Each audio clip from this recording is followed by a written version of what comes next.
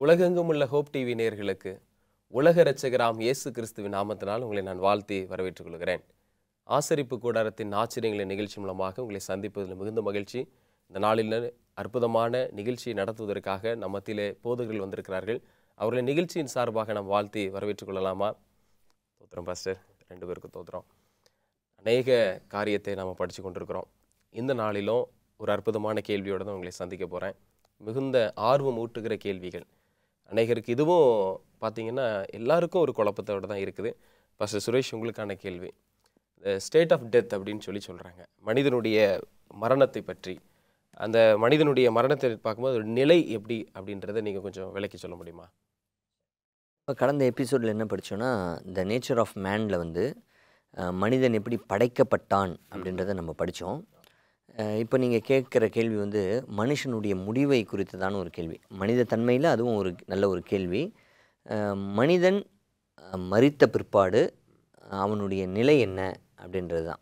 எப்படி நம்ம ஆதியாகமம் 2:7 வந்து மனிதன் உருவாக்கப்பட்டதுக்கு ஒரு மிக முக்கியமான ஒரு வசனமாக நம்ம எடுக்கிறது போல், மனிதனுடைய முடிவுக்கும் அதே வசனத்தை நம்ம எடுக்கலாம்.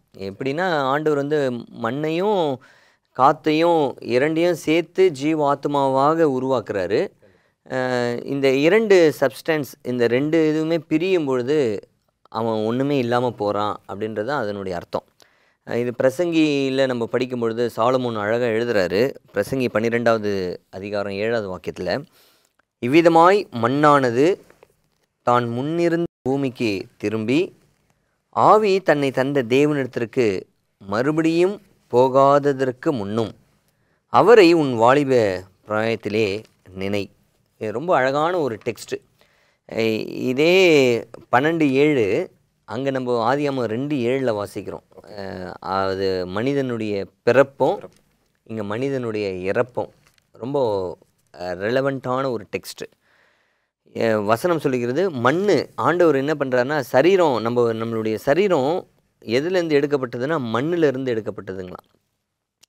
நம்ம சுவாசிக்கிற ஒரு சுவாசம் ஆண்டவர் கொடுத்த அவருடைய அந்த காற்றின் மூலமாக கொடுக்கப்பட்ட ஒரு சுவாசம். ஸோ வசனம் என்ன சொல்லுது, இந்த சரீரம், இந்த மண் இறந்த பிற்பாடு மண்ணுக்கு போயிடுதுங்களாம். ஆவி, அந்த சுவாசம் எங்கே போகுதுன்னா தேவன்கிட்ட போகுது அப்படின்னு அந்த வசனம் சொல்லுது. இன்றைக்கி ஒரு டேர்ம் இன்றைக்கி என்ன தவறாக நினைக்கிறாங்கன்னா, அப்போ ஆவி வந்து பரலோகத்துக்கு போயிடுதா அப்படின்னு ஒரு கான்செப்ட் வந்து கேட்குறாங்க. தேவன்கிட்ட போயிடுது அப்படின்ட்டு. அதனுடைய கான்செப்ட் எப்படின்னா, ஆண்டவர் வந்து இங்கே வந்து தான் என்ன பண்ணுறாருன்னா சுவாசம் ஊதுறார், அப்படி தானே, மனிதனை படைக்கும் பொழுது. காற்று மண்டலம் எங்கே இருக்கோ அது வரையும் தான் அந்த காற்று போகும், அதுக்கு மேலெல்லாம் போகாது. அந்த காற்றுக்கு வந்து உயிரும் கிடையாது, ரெண்டுமே பிரியும் பொழுது. அப்போது மனிதன் எங்கே போகிறான்னா மண்ணுக்கு போகுது, காற்று இந்த காற்று மண்டலத்தோடவே என்ன ஆகுதுன்னா இருக்குது. அதுக்கு உயிர் கிடையாது, காற்றுக்கு உயிர் கிடையாது, அதே மாதிரி மண்ணுக்கும் உயிர் கிடையாது. இது 2 சேரும்போது தான் உயிர். இது 2 பிரியும் பொழுது அதுக்கு வந்து உயிர் கிடையாது. அதே மாதிரி இது 2 சேரும்போது அதுக்கு பேர் வந்து ஆத்துமா. இது 2 பிரிஞ்சிட்ட உடனே அதுக்கு பேர் ஆத்துமா கிடையாது. அதையும் நம்ம வந்து நல்லா புரிஞ்சுக்கிடணும். ஸோ மனிதன் இறந்த பிற்பாடு அவனுடைய கான்செப்ட் இப்படி தான் போகுது. மண்ணுக்கு போகுது, காற்றோட போகுது. Simple logic. மண்ணோட போகுது, காற்றோட போகுது. ஸோ இதுதான் ஒரு மனிதன் மரித்த பிற்பாடு அவனுடைய மனிதனுடைய நிலை அப்படின்றத நம்ம பார்க்கலாம். இல்லை, ஒரு அடிஷ்னலாக ஒரு வேர்டு மட்டும் நான் சேர்க்கணும்னு சொல்லி விரும்புகிறேன். அப்போது நிறைய பேர் கேட்பாங்க, அப்போ மனிதன் மரித்த உடனே அவன் எங்கே பரலோகத்துக்கு போகிறானா இல்லைன்னா நரகத்துக்கு போகிறானா அப்படின்ற ஒரு கான்செப்டும் நிறைய பேருக்கு கேள்விகள் வந்துக்கிட்டே இருக்கும். ஒரே ஒரு விளக்கத்தை மட்டும்தான் நான் சொல்லணும்னு சொல்லி நான் விரும்புகிறேன். லாசரு அப்படின்ற ஒரு சப்ஜெக்டை நம்ம படிக்கும்பொழுது அந்த மனிதன் மரித்து போகிறான். ஆண்டவராக இயேசுவானவர் 4வது நாள் வராரு.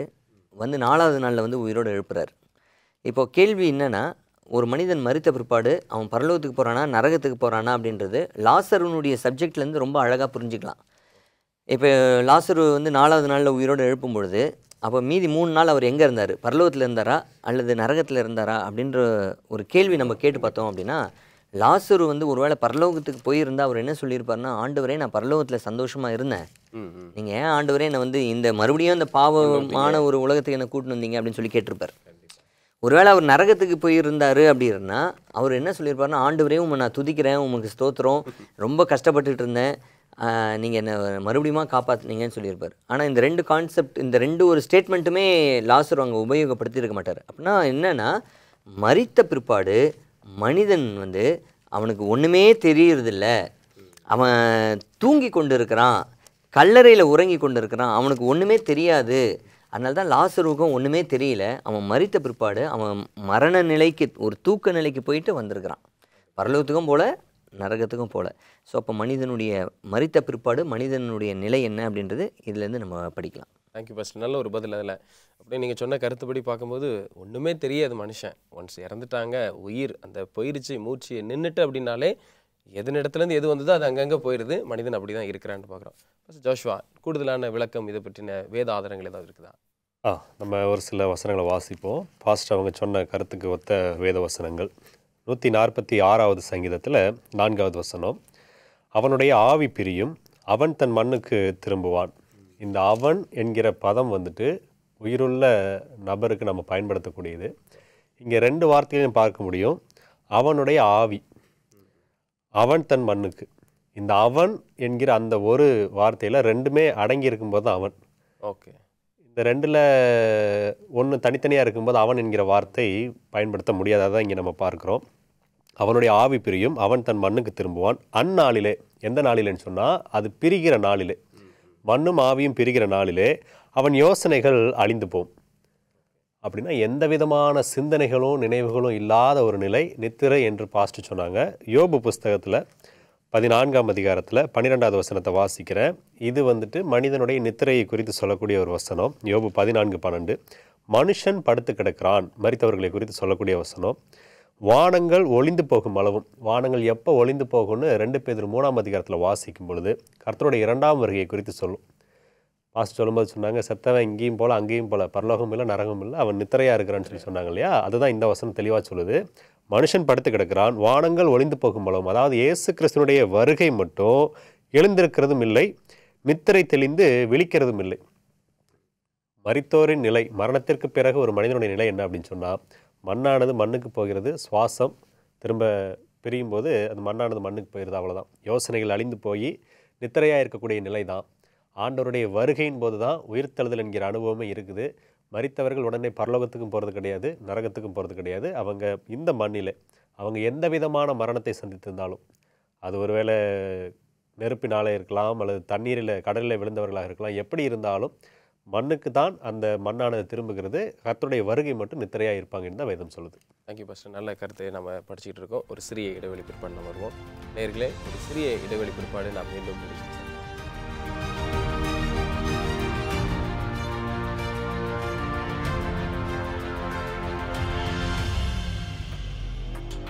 நேயர்களே, இடைவெளி பிற்பாடு மீண்டும் நிகழ்ச்சிக்கு நாம் செல்லலாமா? ஃபஸ்ட்டு ரொம்ப சுவாரஸ்யமாக நிறைய கருத்துக்கள் படிச்சுட்டு இருக்கிறோம். பாஸ்டர் ஜாஷுவா அவர்கள் முடித்தாங்க ஒரு கேள்வியோட. அந்த பதிலில் எனக்கு ஒரு கேள்வி வந்துச்சு. அந்த கேள்வி நான் பாஸ்டர் ஜாஷுவாக்கே கேட்குறேன். ஃபஸ்ட்டு இன்றைக்கி மரணம் அப்படின்னு சொல்லும்போது நிறைய வகையாக இருக்குது. இப்போ நீங்கள் சொல்கிற மாதிரி ஏதாவது குறிப்பிட்ட மரணம்னா தன்னை தந்த ஜீவன் இடத்துக்கே போகுது, ஆண்டவர்கிட்டே மறுபடியும் போகுது அப்படின்னு சொல்லி நம்ம பிரித்து சொல்லிடலாம். எங்கேருந்து வந்துச்சோ அந்த கனெக்ஷன் மறுபடியும் ரிட்டர்ன் போகுதுன்னு சொல்லலாம். ஆனால் இன்றைக்கி சில பேர் விபத்தில் இறந்து போகிறாங்க, தீ விபத்தில் இறந்து போகிறாங்க, ஆக்சிடெண்ட்டில் இறந்து போயிடுறாங்க, இயற்கையாக இறந்து போகிறாங்க, வியாதியிலிருந்து இறந்து போகிறாங்க. இப்படி பல மரணம் இருக்குது. அப்படி பார்க்கும்போது நீங்கள் 2 பேரும் சொன்ன அந்த கான்செப்ட் அடிப்படையில், வேதத்தினுடைய அடிப்படையில் எல்லாத்துக்கும் ஒரே பதில் தானா, இல்லை ஒரு சில மரணத்துக்கு ஏற்ற மாதிரிலாம் பதில் இருக்குதா? அதாவது சில இல்லை, பெரும்பான்மையான இடங்களில் வந்துட்டு மரித்தவர்களை கிறிஸ்தவ முறைப்படி வந்துட்டு எரிக்கக்கூடாது, ஆமாம், கல்லறையில் தான் அடக்கம் பண்ணணும்னு சொல்லுவாங்க. ஏன்னா அந்த கல்லறையில் இருந்தால் தான் கல்லறையில் இருக்கக்கூடிய அனைவரும் தேவனுடைய சத்தத்தை கேட்கும் காலம் வரும். யோவான் 5ஆம் அதிகாரத்தில் நம்ம வாசிப்போம், பிரேதைக்குழியில் உள்ள அனைவரும் அவருடைய சத்தத்தை கேட்கும் காலம் வரும் அப்படின்னு சொல்லி. அப்படி வசனம் சொன்னாலும், ஆனால் ஆண்டவருடைய வேத வார்த்தைகள் மற்ற காரியங்களை படிக்கும்போது எந்த விதமான மரணத்தை சந்தித்து எந்த நிலையில் இருந்தாலும் தண்ணீரிலே விழுந்து இறந்திருக்கலாம். ஒரு வசனத்தை நான் வாசிக்கிறேன். வெளிப்படுத்தல் 20ஆம் அதிகாரத்தில் 13வது வசனம். வெளிப்படுத்தல் 20ஆம் அதிகாரம் 13வது வசனம். சமுத்திரம் தன்னிலுள்ள மரித்தோரை ஒப்புவித்தது. அப்போது இது ஒரு உதாரணத்துக்காக, இது வந்துட்டு இரண்டாம் மரணத்திற்கு முன்பாக நடக்கக்கூடிய சம்பவம். அதெல்லாம் நம்ம ரொம்ப ஆழமாக படிக்க வேண்டிய கருத்துக்கள். ஆனால் இந்த வசனத்தின் அடிப்படையில் ஒரு கருத்து மிக தெளிவாக நம்ம என்ன தெரிந்து கொள்ளலாம்னு சொன்னால், எந்த விதமான மரணத்தை சந்தித்திருந்தாலும் தேவனுக்கு பிரியமான வாழ்க்கை வாழ்ந்து நீங்கள் மரித்திருந்தால், கல்லறையில் தான் அடக்கம் பண்ணப்பட்டிருக்கணும் உயிர்த்தெழுதலுக்கு அப்படின்னு கிடையவே கிடையாது. எரிந்து சாம்பலாக இருக்கலாம், அந்த சாம்பல் ஆற்றிலே கரைக்கப்பட்டிருக்கலாம், அல்லது ஃப்ளைட் கிராஷில் இறந்துருக்கலாம், மனித உடல் கிடைக்காத அளவிற்கு ஏதாவது ஒரு அசம்பாவித விபத்தில் இருந்திருக்கலாம், நீங்கள் சொன்ன மாதிரி வந்துட்டு ஆக்சிடெண்ட்டில் இருந்திருக்கலாம். எந்த விதமான மரணமாக இருந்தாலும் வாழ்நாளில் நாம் தேவனுக்கு பிரியமானவர்களாக இருந்தோம் என்றால் அவருடைய வருகையின் அந்த நாளிலே, உயிர்த்தெழுதலின் காலை என்று சொல்லுவாங்க, ரிசரக்ஷன் மார்னிங், அதில் எப்படிப்பட்டவர்களாக இருந்தாலும் அவர்களை தேவன் உயிரோடு எழுப்புவார். நம்ம இந்த மனித தன்மையை குறித்து படிக்கும்போது ஆண்டவருடைய வருகையில் ஃபைனல் அட்டோன்மெண்ட் என்று சொல்லி நம்ம பார்ப்போம். சாங்சுவரியில் எப்படி நம்ம அட்டோன்மெண்ட்டை பற்றி படிக்கும்போது அந்த முழுமையான பாவ நிவாரணத்தை படிக்கிறோமோ, அதே போல் அவருடைய வருகையில் தான் நம்மளுடைய முழுமையான பாவ நிவாரணம் என்பதையும் பார்ப்போம். அதுவும் இந்த மனிதத்தன்மையோடு சேர்ந்து நம்ம படிப்போம். ஆனால் இப்போ நீங்கள் கேட்ட கேள்விக்கான பதில், எந்த விதமான மரணத்தை சந்தித்தாலும் வாழ்நாளில் உண்மையுள்ளவர்களாக இருக்கக்கூடியவர்கள் கிறிஸ்துவின் உயிர்த்தெழுதலே பங்கு பெற்றவர்களாக இருப்பாங்க. Thank you pastor. அதில் விளக்கம் எனக்கு புரிஞ்சிட்டு. இதில் அப்போது நிறைய பேர் இப்போ என்ன எதிர்பார்க்குறாங்க அப்படின்னா, அதாவது இறந்து போனவங்க வந்து கண்டிப்பாக என்ன சொல்கிறது, அந்த சிமெண்ட், அது என்னது, அந்த கல்ற தோட்டம்னு சொல்கிறாங்க இல்லையா, அது பெட்டிக்குள்ளே வச்சு உள்ளே வச்சதுக்கப்புறம் இருக்கணும், சும்மா மண்ணில் முக்கிட்டு வந்துடக்கூடாது, மேலே நாங்கள் பில்டிங் மாதிரி சொல்லுவாங்க இல்லையா, அதெல்லாம் கட்டி தான் வைக்கணும், அப்போ தான் தேவனுடைய சத்தம் வரும்போது கல்லறைகள் வெடித்து பைபிள் இருக்கிற மாதிரியே அவங்க எதிர்பார்க்குறாங்க. அப்படி ஏதாவது இருக்கா? இல்லை, ஏன்னா சில நேரத்தில் இன்றைக்கெல்லாம் கொரோனா டைம்லலாம் பார்த்தீங்க அப்படின்னா ரொம்ப ஒரு பாதிப்பு வந்துச்சு உலகத்தில். யார் யார் எங்கே அடக்கம் பண்ணாங்கன்றது கூட நமக்கு தெரியாது. ஆனால் இந்த நிலைமையில் இப்படியும் ஒரு கேள்வி இருக்குது. கண்டிப்பாக சிமெண்டெல்லாம் போட்டு கட்டி ஒரு கல்ற தோட்டம் மாதிரி வைக்கணும், அப்போ தான் அந்த பைபிள் வசனம் வரும்போது அவங்க பிளந்து வருவாங்க, அப்போ தான் எந்திரிச்சு நிற்பாங்க, எலும்பு கூடலாம் அப்போ வரும், அப்போ சதையெல்லாம் பறந்து வரும், நிறைய குழப்பங்கள் இருக்குது. நீங்கள் சொன்ன பதில் பார்க்கும்போது இந்த மாதிரியெல்லாம் அடக்கம் செய்யப்பட்டு இந்த மாதிரி ப்ரொசீஜரில் இருந்தால் தான் எழுந்திருப்பாங்களா? அப்படி ஏதாவது இருக்கா? அப்படி எதுவுமே கிடையாது. எசேக்கியேல் தீர்க்க தரிசன புஸ்தகத்தில் 37ஆம் அதிகாரத்தில் வாசிக்கும் பொழுது அங்கே உலர்ந்த எலும்புகளை குறித்து நம்ம பார்ப்போம். அது எல்லாம் எங்கே இருந்தது அப்படின்னு சொன்னால், நல்ல பெட்டிக்குள்ளே அடக்கம் பண்ணப்பட்டதெல்லாம் கிடையாது. தேவன் வல்லமையுள்ளவர் என்பதை விசுவாசிக்கக்கூடியவர்கள் இந்த மாதிரியான கேள்விகளை கேட்க மாட்டாங்க. எனக்கு கல்லறை இல்லை, அல்லது வந்துட்டு நான் இப்படி என்னுடைய சரீரம் இப்படி தான் அடக்கம் பண்ணப்பட வேண்டும் அப்படிலாம் கிடையாது. அது நம்மளுடைய சந்தோஷத்திற்காக, அதாவது நமக்கு இருக்கக்கூடிய நம்மளுடைய முன்னோர்களுடைய மரியாதைக்காக நாம் செய்யக்கூடிய காரியங்கள், அதில் தவறு கிடையாது. ஆனால் இப்படி இருந்தால் தான் உயிர்த்தெழுதலுக்கு பங்குள்ளவர்கள் என்கிற எந்த கருத்தும் வேதத்தின் அடிப்படையில் உண்மை கிடையாது. எப்படிப்பட்டவர்களாக இருந்தாலும் அந்த வெளிப்படுத்தல் 20ஆம் அதிகாரத்தை வாசிக்கும் பொழுது அதினதில் மரித்தவர்களை ஒப்புவிக்கும் என்பதற்கு அடையாளமாக தான் சமுத்திரம் தன்னில் உள்ள மரித்தவரை ஒப்புவித்தது என்று நம்ம படிக்கிறோம். அடிஷ்னலாக ஒரு வசனத்தை உங்களுக்கு சொல்கிறேன். அதில் நம்ம படிக்கும்பொழுது இப்போ பாஸ்டர் அவங்க சொன்னாங்க, சமுத்திரம் தன்னுள்ள மரித்தோரை ஒப்புவித்தது. அது யாரெல்லாம் சமுத்திரத்தில் இறந்துருக்கிறாங்களோ, சமுத்திரத்தில் போய் கடலில் விழுந்து இறந்துருப்பாங்க, அப்போ அந்த நேரத்தில் ஆண்டவர் 2ஆம் முறை வரும்பொழுது சமுத்திரம் என்ன பண்ண போகுதுன்னா ஒப்புவிக்க போகுது. கரெக்டுங்களா? அதே மாதிரி இங்கே லேவியராகமம் புத்தகத்தில் ஒரு வசனம் சொல்லப்பட்டிருக்கு. லேவியராகமம் 18வது அதிகாரம் 25வது வாக்கியத்தில் ஆண்டவர் சொல்கிறார் இவ்விதமாக, ஆகையால் அதன் அக்கிரமத்தை விசாரிப்பேன், தேசம் தன் குடிகளை கக்கி போடும் அப்படின்னு வசனம் சொல்லுது. ஸோ அதனால் அந்தந்த எப்படிலாம் இறந்துருந்தாலும் சரி, அவருடைய வருகையில் எல்லாமே கக்கி போடும் அப்படின்றத நம்ம பார்க்கலாம். Thank you pastor. நல்ல ஒரு பதிலோடு நாம் பார்த்தோம்.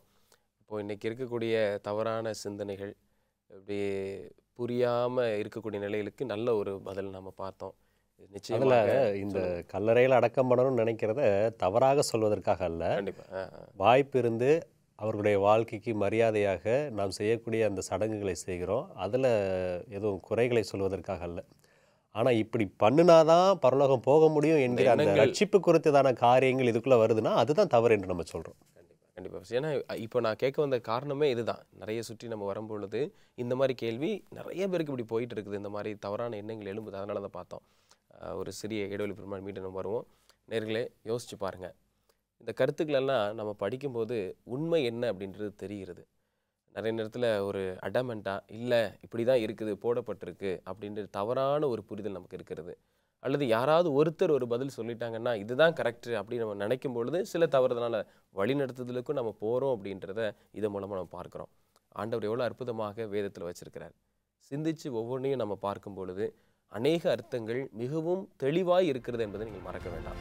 ஒரு சிறிய இடைவெளி பிற்பாடு நான் மீண்டும் நிகழ்ச்சிக்கு வரலாம்.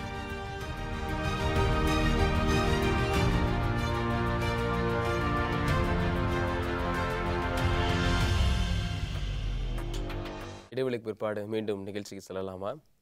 ரொம்ப சுவாரஸ்யமான பாடத்தை படிச்சுட்டு இருக்கிறோம் பாஸ்டர். பாஸ்டர் சுரேஷ், உங்களுக்கான ஒரு அற்புதமான கேள்வி. மனிதன் பிறக்கும் போதே பாவ நிலையில் பிறந்தானா இல்லையா? ஏன்னா நிறைய இதில் ஒரு குழப்படி இருக்குது. ஏன்னா தவறுதலான முறையில் தான் இருக்கிறோம் அப்படின்னு சொல்கிறாங்க. இல்லை, இது ஆண்டவர் கொடுத்த ஒரு பொக்கிஷம். திருமணம் என்பது அப்படி பந்தத்தை வைத்து பேசும்பொழுது வித்தியாசமான கோணத்தில் போகுது. எப்படி தான் மனிதன் பிறந்தான்? ஆண்டவர் ஆதாமை படைக்கும் பொழுது பாவத்தன்மை இல்லாமல் ஆண்டவர் உருவாக்கினார். ஆதாமை உருவாக்கினார். So he was a perfect man. ஆண்டவர் உருவாக்கும் பொழுது அவன் பெர்ஃபெக்டாக பரிபூரணமாக இருந்தான். அவன் பாவம் செய்ததாக வேதாமத்தில் நம்ம பார்க்குறோம். ஆதாம் பாவம் செய்தார் அப்படின்றது வேதாமத்தில் நம்ம பார்க்குறோம். அவர் தான் முதல் மனிதனாக நம்ம பார்க்குறோம். பவுல் இதை குறித்து சொல்லும் பொழுது ஒரே மனிதனால தான் பாவம் உலகத்திற்குள்ளாக பிரவேசித்தது அப்படின்றதை நம்ம பார்க்குறோம்.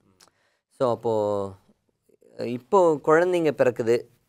அப்போது குழந்தை ஒரு பாவியா, பிறந்த குழந்தை ஒரு பாவியா அப்படின்னு ஒரு கேள்வி ஒரு வேளை அடுத்ததாக தான் வரும் நம்மளுக்கு மனசில். அப்போ பிறந்திருக்கிற குழந்தைன்னா நம்ம குழந்தைங்களை நம்ம என்ன சொல்கிறோன்னா, குழந்தைய போய் பாவின்னு நம்ம சொல்கிறது இல்லை. பிறந்திருக்கிற குழந்தைய போயிட்டு ஃபஸ்ட்டு அப்போ தான் குழந்தைய டெலிவரியிலேருந்து கொண்டு வராங்க. இந்த குழந்தைய பார்த்து பாவி அப்படின்னோடனே அது அக்செப்ட் பண்ணுற மாதிரி இல்லை. கண்டிப்பாக. அப்போ அதனுடைய அர்த்தம் என்னன்னா, குழந்தை பாவத்தன்மையோடு பிறக்குது. ஏன்னா ஆட்டோமேட்டிக்காக அந்த பாவத்தன்மையோட மாம்ச ரீதியில் தான் அந்த குழந்தை பிறக்குது. ஏன்னா ஆதாம்னுடைய மரபியல், ஆதாம்னுடைய ஜீன் அதிலிருந்து வருகிறபடினால எந்த குழந்தையாக இருந்தாலும் சரி அந்த குழந்தை பாவத்தன்மையோடு தான் இருக்கிறது. அப்படின்றது தான் மனித தன்மைன்ற ஒரு சப்ஜெக்டில் நம்ம படிக்கிறோம்.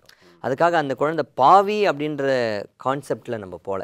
ஏன் அப்படின்னா, ஒரு உதாரணத்துக்கு இதை எப்படி விளக்கணும் அப்படின்னா, எல்லாம் இந்த கானான் குள்ளாக பிரவேசிக்கக்கூடிய ஒரு சூழ்நிலையில் எல்லாருமே தவறு பண்ணுறாங்க. ஆண்டவர் எல்லாருமே அங்கங்கே வனாந்தரத்தில் அழிச்சிடுறாரு, அங்கங்கே சங்கரிக்கிறாரு, இதெல்லாம் நம்ம படிக்கிறோம். அப்போது ஒரு கான்செப்டை ஆண்டவர் சொல்லுவார் மோசஸ் கிட்ட. என்னென்னா, பாவம் செய்யாமல் இருக்கக்கூடிய, அதாவது சிறு பிள்ளைகள், நன்மை தீமை அறியாத இருக்கக்கூடிய சிறு பிள்ளைகள் எல்லாம் எங்கே போவாங்கன்னா கானானுக்குள்ளாக பிரவேசிப்பாங்க அப்படின்னு. ஸோ அப்போது ஆண்டவர் என்ன கேட்டகரி பிரிக்கிறாருன்னா, இந்த சிறு குழந்தைங்களெல்லாம் எதில் கேட்டகரியில் வைக்கிறாருன்னா, நன்மை தீமை அறியக்கூடிய தன்மை அதுக்கு இல்லை. அது எப்போ நம்ம அறிவோம் அப்படின்னா, நம்மளுக்கு ஒரு மெச்சூரிட்டி வந்த பிற்பாடு தான் எது தவறு எது சரி அப்படின்னு நம்மளால் நிதானிக்க முடியும். ஆனால் குழந்தைங்களால் அதை நிதானிக்க முடியாது. பட் பிறப்பில் அது எப்படி பிறக்குது அப்படின்னா, அந்த தன்மையோடு தான் பிறக்குது. அது எப்போனா ஆதாமுக்கு பிற்பாடு அப்படின்றத மட்டும் வலியுறுத்திக்கிறது. இப்போ ஃபஸ்ட்டு தேங்க்யூ ஃபஸ்ட்டு. அப்போது இதில் எனக்கு ஒரு சந்தேகம் என்னென்ன ஃபஸ்ட்டு மறுபடியும் உங்ககிட்ட கேட்குறேன். அந்த தன்மை வருதுன்னு சொல்கிறோம். ஆனால் நீங்கள் முதல்ல பதில் ஆரம்பிக்கும் போது சொன்னீங்க, ஆதாம் பர்ஃபெக்ட் அப்படின்னு ஒரு வார்த்தை வந்துச்சு. அவன் படைக்கப்படும் பொழுது நேர்த்தியாக இருந்தான். அப்போ அங்கேருந்து இந்த இடத்துக்கு வரும்பொழுது எப்படி அந்த மாற்றங்கள் நடந்துச்சு? எதனால்? ஒருவேளை மனிதன் செஞ்ச பாவம்னாலையா, அல்ல என்ன தவறு அதில் நடந்துச்சு? இப்போது ஆதாம் ஆண்டவர் படைக்கும் பொழுது அவன் கிட்டத்தட்ட 12 அடி கிட்ட இருந்தான் அப்படின்னு ஸ்காலர்ஸ் எழுதுகிறாங்க. அவன் அவ்வளோ இது அப்படிப்பட்ட ஒரு வளர்ச்சி உடையவனாக இருந்தான். அவனுடைய தோள்பட்டை அளவுக்கு ஏவாள் இருந்தாங்க அப்படின்னு நம்ம பார்க்குறோம். அதே மாதிரி அவனுடைய வாழ்நாட்கள் பார்த்திங்கன்னா 930 வருஷம் வாழ்ந்தான் அப்படின்னு சொல்லி பார்க்குறோம். ஆனால் அவனுக்கு பிற்பாடு அவனுடைய ஜெனரேஷன், அவனுடைய தலைமுறைகள் எல்லாம் பார்த்திங்கன்னா அந்த ஹைட்டாக இருக்கிறதெல்லாம் எப்படி ஆகுதுன்னா குறுகி வருது. ஸ்ட்ரக்சர்ஸ், அவனுடைய உடல் வாகு அப்படியே கொஞ்சம் கொஞ்சமாக அவனுடைய ஜெனரேஷன், அவனுடைய தலைமுறையில் இருக்கிறவங்களுக்கெல்லாம் பார்த்திங்கன்னா உடல் வாகு எல்லாம் அப்படியே வித்தியாசப்படுது. அதே மாதிரி அவனுடைய 930 வயசு உள்ள ஒரு மனிதனுடைய வாழ்க்கை சரித்திரத்துலேருந்து அப்படியே வருடங்கள் அப்படியே குறைந்த தாவீது எழுதுவார் பாருங்க, பலத்தின் மிகுதினால் 80 வருஷம் அப்படின்னு 80ஓட முடிகிறதாக பார்க்குறோம். ஸோ அப்போல்லாம் இதெல்லாம் என்னென்னா ஆதாம்னுடைய விழுகைக்கு பின்னாடி, அவனுடைய பாவத்திற்கு பிற்பாடு இந்த உலகத்தில் மிகப்பெரிய ஒரு மாற்றங்கள் எல்லாமே வந்தது. அதே மாதிரி அவனுடைய வித்திலிருந்து தானே எல்லாமே வருது. பாவத்தன்மையோடவே வர்றதுனால இதனுடைய எஃபெக்ட், இதனுடைய விளைவுகள் இருக்கிறத நம்மளால் பார்க்க முடிகிறது. Thank you pastor. ஜோஷுவா பாஸ்டர் சொன்னாங்க, அந்த மனிதன் செய்த தவறின் மூலமாக தான் எல்லாமே ஹைட்டு குறைஞ்சது, வெயிட்டு குறைஞ்சது, சரீரத்தினுடைய அந்த என்ன சொல்கிறது லைஃப் டைம் அந்த நேரங்கள் எல்லாம் காலங்கள்லாம் குறைஞ்சது பார்க்குறோம். மேலும் பார்க்கும்போது இதனுடைய அடிப்படையில் வேதங்கள் என்ன ஆதாரங்கள் நமக்கு காமிக்குது இதை பற்றி? நம்ம இந்த மனித தன்மையை குறித்து கடந்த சில நிகழ்ச்சிகளில் படித்து கொண்டு வருகிறோம். ஆசரிப்பு கூடாரமே மனிதனுடைய பாவத்தை நிவர்த்தி செய்யும்படியாக, நான் உங்களோடு இருக்கணும், இந்த இடத்துல நீங்கள் என்னிடத்துல சேரும் பொழுது உங்களுடைய பாவங்கள் நிவர்த்தி செய்யப்படணும் அப்படின்னு தான் ஆண்டவர் அதை கொடுக்குறார். பாஸ்டர் சொன்னபடி பாவம் ஆதாமினால் உலகத்தில் பிரவேசித்தது. நம்ம ரோமர் புஸ்தகத்தில் வாசிக்கும் பொழுது அவரால் பாவம் வந்துச்சு. அதனுடைய தொடர்ச்சியாக அவருடைய சந்ததியாகிய மற்ற யாவருக்கும் அது இன்ஹெரிட்டன்ஸ் என்று சொல்லுவாங்க.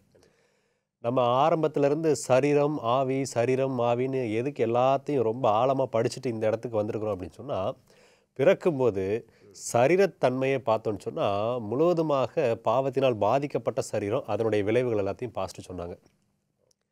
ஆனால் இந்த உள்ளம் இருக்குது பார்த்தீங்களா, ஆவி என்று நம்ம பார்க்குறோம் இல்லையா, இந்த யோசனைகள், இந்த சிந்தனைகள் பாவம் செய்வதற்கு நம்மை அதிகமாக தள்ளக்கூடியதாக இருந்தாலும் பிறக்கும்போது பாவியாக பிறப்பது கிடையாது.